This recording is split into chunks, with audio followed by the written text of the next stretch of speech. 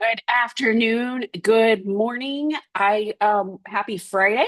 I just wanted to jump on. I've been having some conversations with multiple people. Some are my clients, some are just people on Facebook. And so what I want to talk about is what is actually causing burnout in small business, accounting, bookkeeping firms, generally almost a lot of business owners. So for those that you don't know me, I'm Leslie Leondis, owner of Next Path Coaching and Leslie Leondis CPA.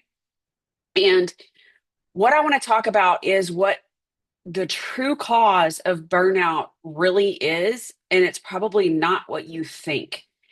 So have done over the last 10 years, I have done so much studying on productivity, time management, task management, leadership, team development, all the things. I also came from a background in retail management. And I was in retail management for about 15 years before I came into the accounting space in 2008. In 2014, I took over my mom's bookkeeping business thinking that it was going to be helpful with raising two small children, a 1 and 5 year old, because my mom told me that, hey, you can do this and work when you want to work and be there for your kids. Well, she did not tell me I was going to have to work more than Hobby Lobby at Christmas time. She left all that out. She also did not tell me that, and I never had access to her bookkeeping books. I never saw them. And so I didn't know that there was one key person that wasn't getting paid, and that was her. So I was a single mom with two kids, brought in my best friend who was also a single mom with two kids.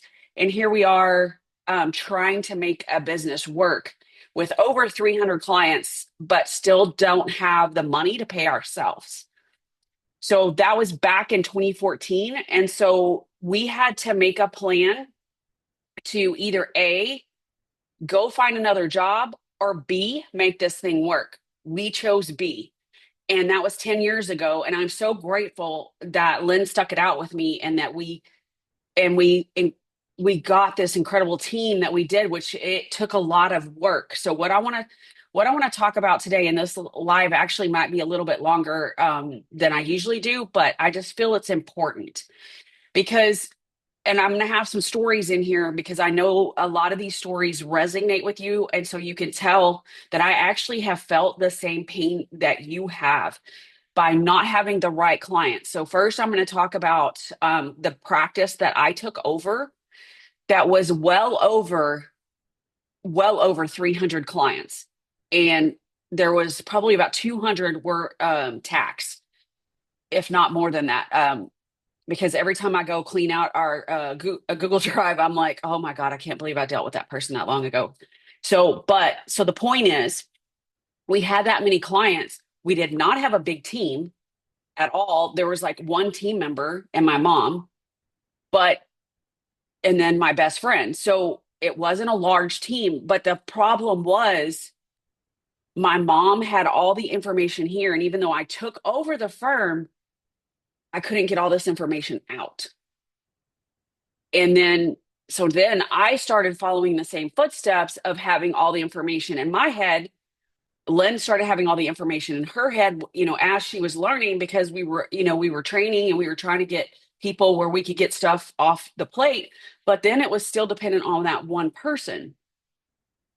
And nobody knew when stuff was due, when the stuff came in, what order it came in. And yes, we had little things in place. And this was back in 2014, before QuickBooks Online was a real big thing, and before a lot of the new tech that's out now was out.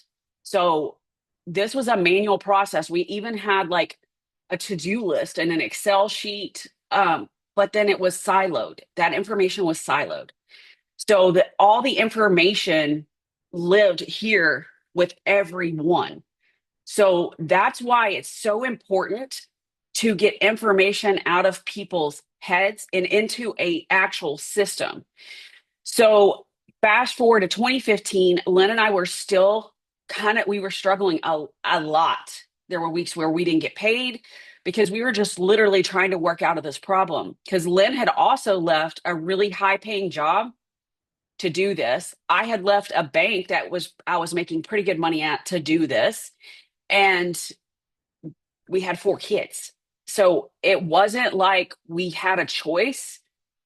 We had two choices: get a job or work this out. Well, by then we had already decided this is what we're going to do because everybody kept telling us we can't. And the more people told us we can't and that we can't change this model, because we were looking everywhere for resources, everywhere. I even ordered a book from the State Board of Accountancy or somewhere like that that was like how to run an accounting firm. All it told me was HR policies, how to do preps, how to do compilations. It did not actually tell me how to run a CPA firm. It did not tell me how to run a bookkeeping firm. I looked for that too. I looked for stuff like how to run a tax firm. All of these resources I was trying to find and I could not find them. So, what I had to do is I had to piece everything together. And if you have questions as I go, make sure you drop those in the comments. I'll be glad to share anything with you that I can to help your business. But it starts with you because, see, Lynn and I made this decision. We weren't going to work like this because we were working crazy hours. I had a 1 and 5 year old. So when I would pick them up for daycare and then I would spend time with them. And then they would go, when they went to sleep or went to their room about 8, I would go work again. And Lynn was doing the same thing. As soon as we put our kids to bed, we would go back to work. Well, as I've studied longer and longer on like everything, I realized I wasn't really accomplishing much except shuffling stuff around because by that time in the night, you're not productive. You're just flat not. But the thing is, what kept me really overwhelmed more than anything was all the tasks that were up here in my head.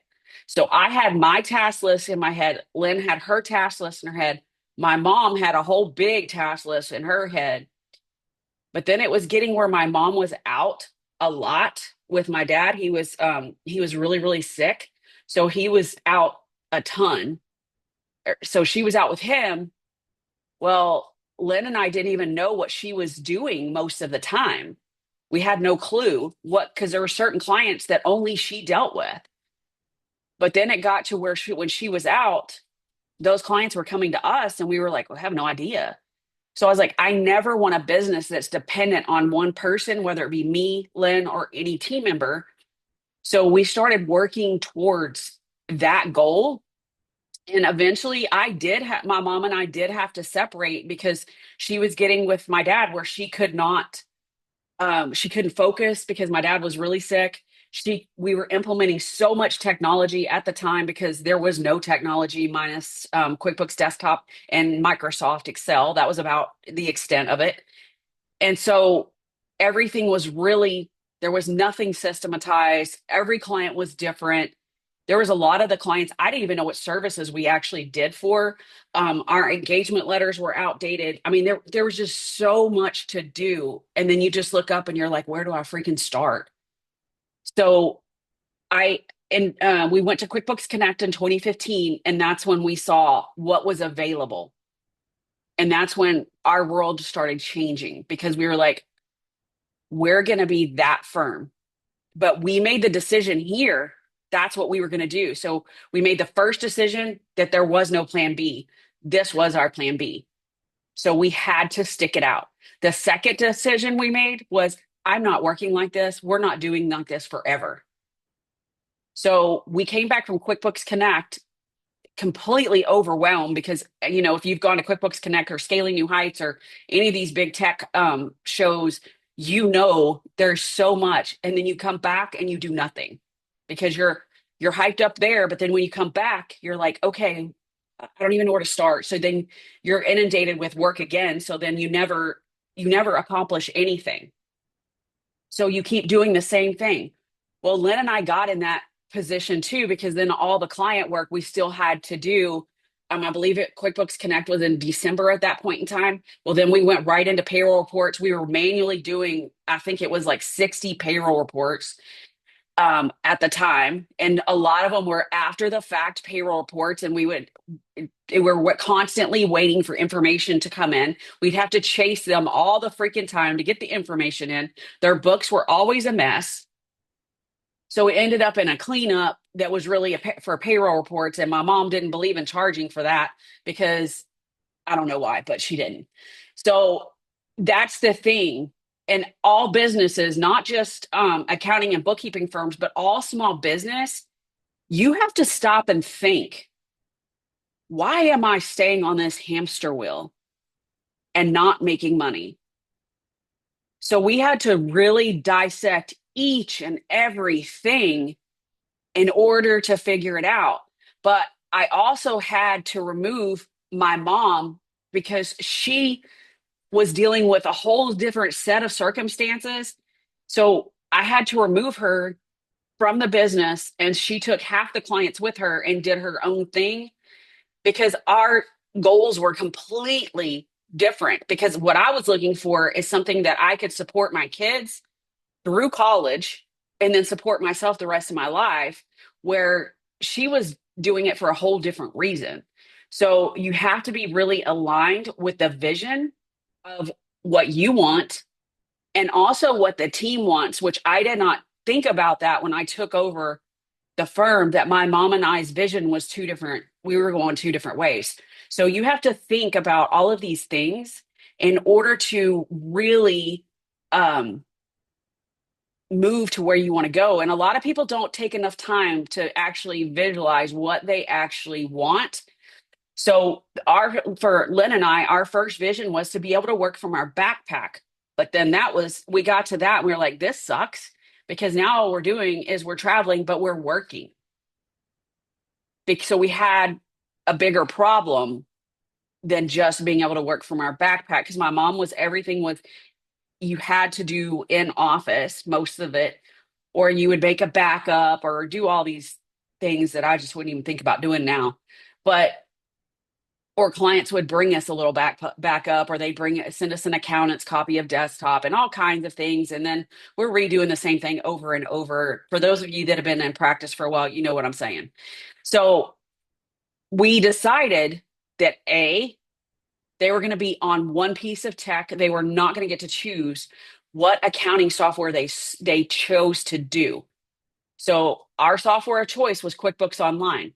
At the time, my mom would take them on QuickBooks Online. She'd take them on desktop. They could be in Excel. Some of the tax people, it was just like they would bring in a piece of paper that show what their income and expenses were. And then I'm like, how do you know that's real when they just pulled up in a BMW, but this is showing nothing? So then I got where no, all of our clients have to have accounting records if they're a business. They have to have accounting records. That is the only way I will mess with them. But you see, I got clear. I got extremely clear. And this goes for any small business owner. You have to be clear in what you want. And you have to be clear because not all clients are ideal clients for every single business. So back to, I said people have to have accounting records. Well, that took away a lot of our clients. And so I had to financially figure out, okay, how can I remove people, but still be financially responsible? So this was all a process. This isn't an easy fix at all. And I don't want to sit here and tell you that it is an easy fix. But what I will tell you is I wish Lynn and I would have had someone like me that could tell them exactly what to do, how to do it, and make us think differently. Because the one thing that we had going for us is we knew exactly what we wanted, where there's a lot of people that forget what they want. And we would revisit that constantly. So fast forward a few years, we take on, there was one client that had worked with my mom, gosh, since she started her business. So probably 2005 or something around there. And he bought into some other businesses. And so they grew really quick, really fast. And it literally almost killed our firm because we staffed it based on them and they were a capacity suck.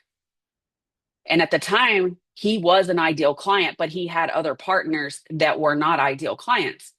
So you have to you have to think strategically. Is this the kind of client that I want? And you have to work out of that problem. And we did work out of that problem, but it took us a very long time to work out of that problem. And we learned a lot along the way. But the thing I learned that I urge people to think about today, almost every day, I say this: do not staff your firm with non ideal clients. Take the stand against non ideal clients before you hire. So, with that particular client, I hired three team members, one in January. Oh, that was 8 years ago. Wow. 8 years ago, and then two in April, 8 years ago. And am I grateful I did now? Yes. But it was so painful then to bring on three team members that quick and trying to get them up to speed, but we were still full of non-ideal clients. So everybody was different. And so we tried to do processes and we couldn't because everybody was so different. So it was a different process for each client. So doing processes got so freaking overwhelming. And then all three of them did stuff differently. They were all on different tech. So the ones on desktop, they had a different process. The ones that were on online have a different process. Um, and then the ones that were after the fact, they had a different process. All payroll was done differently. They all had different payroll systems, all the things. I think most of you accountants know what I'm talking about because I'm sure you have a lot of that in your firm. And if you don't, great for you. But it was not a good time. So now those three team members have been with me for over 8 years. They were key in getting me to help Lynn and I build what we have now. But when I brought on two other team members because we had some really big clients at the time, back to they weren't ideal and there were red flags there, but Lynn and I didn't see the red flags because as a business owner, you're seeing this, oh, that's this is good money. Or you're thinking, okay, financially, yeah, that would be great because it would help with this.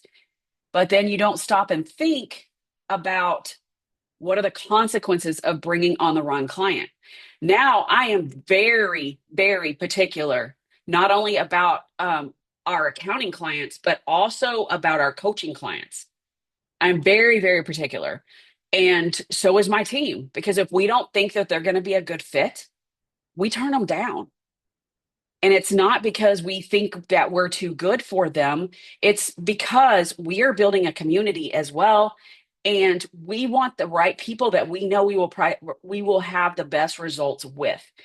So like our accounting clients, we have an actual ideal client model of who that fits. And it's usually business owners that want to grow their business. They want to see their numbers. They want help strategically in their business to actually build their own ideal business, but they need the accounting help. And then we also do on the accounting side, bring in ideal clients from our coaching because we're teaching them how to delegate and move stuff off their plate. Well, if they can't see their numbers, how can they know when they can do that? So we help them get that off their plates because accountants and bookkeepers are the worst of doing their own books.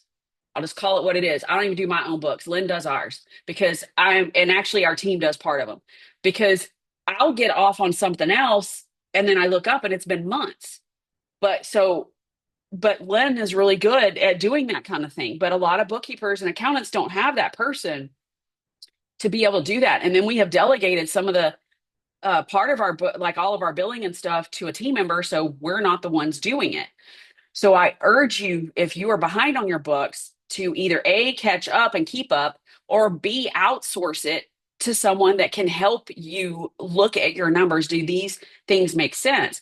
Because in all the accountants, actually in almost all the small businesses that we do accounting for, we have helped them with their pricing on how to increase their price, look at their services, look at their clients, because of the fact that most small business is underpricing. I don't care what industry you're in, most are underpricing because of the fact they're scared to raise prices because they're going to lose people. But this does come down to ideal client because let's say, I'll use an example of in the accounting space of it's about what they want.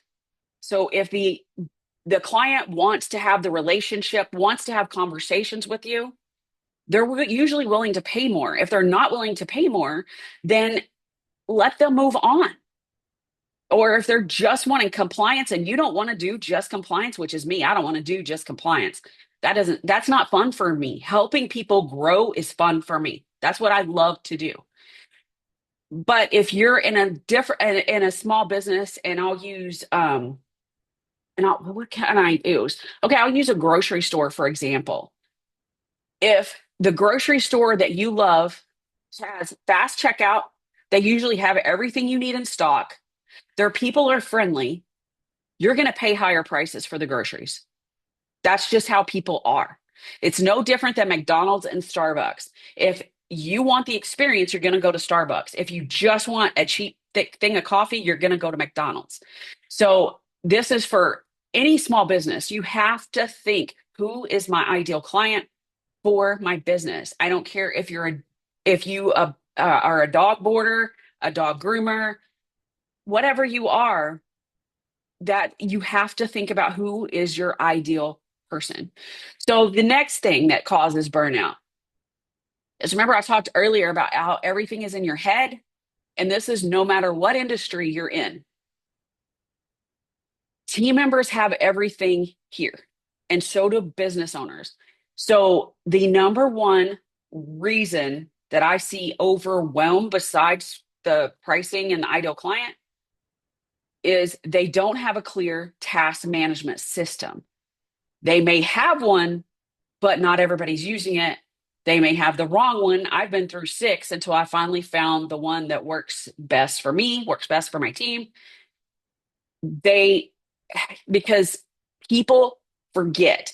So I did this scenario with one of our coaching clients earlier this week, and she said, my husband that works for me didn't do what the stuff in the order I wanted him to do it. And I'm like, okay, how did you give it to him? She goes, I told him. I gave him three things to do. And I said, let me guess. You gave it to him in the order you wanted it done, but he did the last thing first and then went backwards up. And she's like, yeah, because people remember the last thing they heard. Then they're going to go, what else did they say? What else did they say? And so you're having to think a lot. And knowledge workers can only work productivity. And this came out of the 5 hour workday, 5 to 6 hours. So if you're in a knowledge work business, which accounting is, bookkeeping is, that's when you're actually productive. And this doesn't count if you're working at home and you have small kids at home because you're constantly distracted. So if you don't have a system that shows where you are, how can you actually keep up with it? Because then you're constantly looking, okay, what was I doing? Where was I at? Or if you have a meeting, let's say I have a meeting in an hour, and so I want to get some stuff done before that meeting. So I don't have, if you don't have a task management system that is clear, tells you what you need to do every day, how you're going to spend 20 minutes thinking about what you need to do, and most of the time it's not going to be the most valuable thing. But if you have a system that clearly says everything you need to do, and this isn't about what system, it is how you use the system. And I actually have a resource on how to look at what system would be best for you and things to think about, because going through task management system is not an easy thing, and it is hard to implement. I'm not going to lie. It is a lot of work to implement. But the key thing, if you're the owner, you shouldn't be implementing it. You should not, because that is probably not your ideal thing to do. And that was one of the places I screwed up, was I was the one trying to implement it, and my team would look at it and they're like, that's stupid the way you set that up. And they were right. I overthought it because I'm an accountant. That's what we do. We overthink. But whenever this last one, I literally wrote it on a piece of paper and said, this is what I want to do. I want to be able to quickly delegate anything that comes in. If I can't delegate it, I should be able to have a thought, why can't I delegate this? And if it's because I don't have a process on how to do it, I should be able to quickly add a process to it or a video to it. And then they can go write the process. So I gave her what I wanted and I did some research on different ones. And the one we landed on was ClickUp, which has been a game changer for us so much that we've implemented for other people in their businesses. We've implemented them in not only in accountants and bookkeepers, but also in other small business, because this is where people get exhausted and where things are missed. So I'm going to use this as example. You have a thing that needs to happen every single day. You have certain things that needs to happen at a time, and no matter what business you're in, retail might be excluded from this, but maybe not. Depends on what type of retail. But so let's say at 8 o'clock you're supposed to open.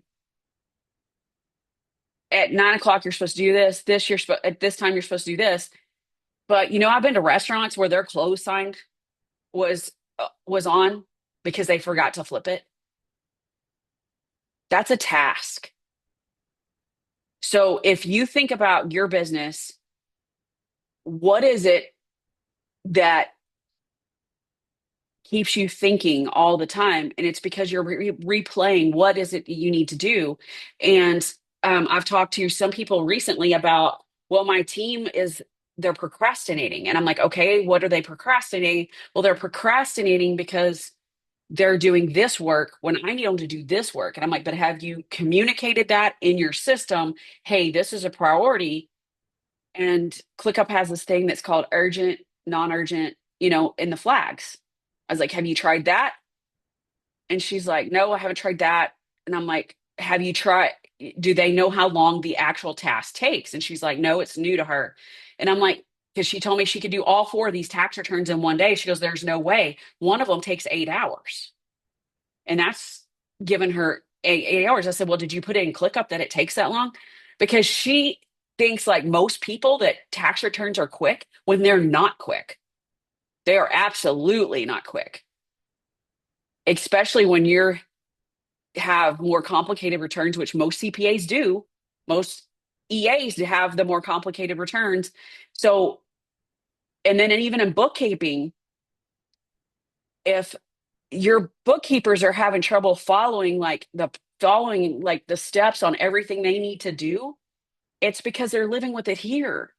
So, and I'll give you an example of one of my clients was they had same thing every month, and I'm like, why can't she get it? Why can't she do this? But it was because she was living with it all in her head and she did it once a month. And so when I really started looking at why she was missing the stuff she's missing, it's because she was actually trying to memorize it. And people can't memorize all the stuff that goes into bookkeeping, tax prep, and all of that. And tax prep, same concept. I would get tax returns that they had missed little steps, like on us escorts, how many W-2s are in there? Or they would forget to check the diagnostics, or they would forget that we're going to check the mark for e-file. Or I've talked to other small businesses, they would forget to clean something they were supposed to clean. They would forget to check the restrooms or forget to check just all kinds of things. But if they have a checklist that this is what I'm supposed to do today, number one, it lets them know your expectations. And it also helps you delegate. So, like, a client will ask me for something, and then I will quickly, if I'm not going to do it, I will quickly delegate it. Or, like, I was going back and forth with a client, and I was like, hey, I'm not going to be able to get to that for about a week. Let me do some thought on it. And also let me get some feedback from some other accountants on it. So that way, number one, he knew I was going to do it. So I had it in ClickUp for later next week, so I don't forget about it.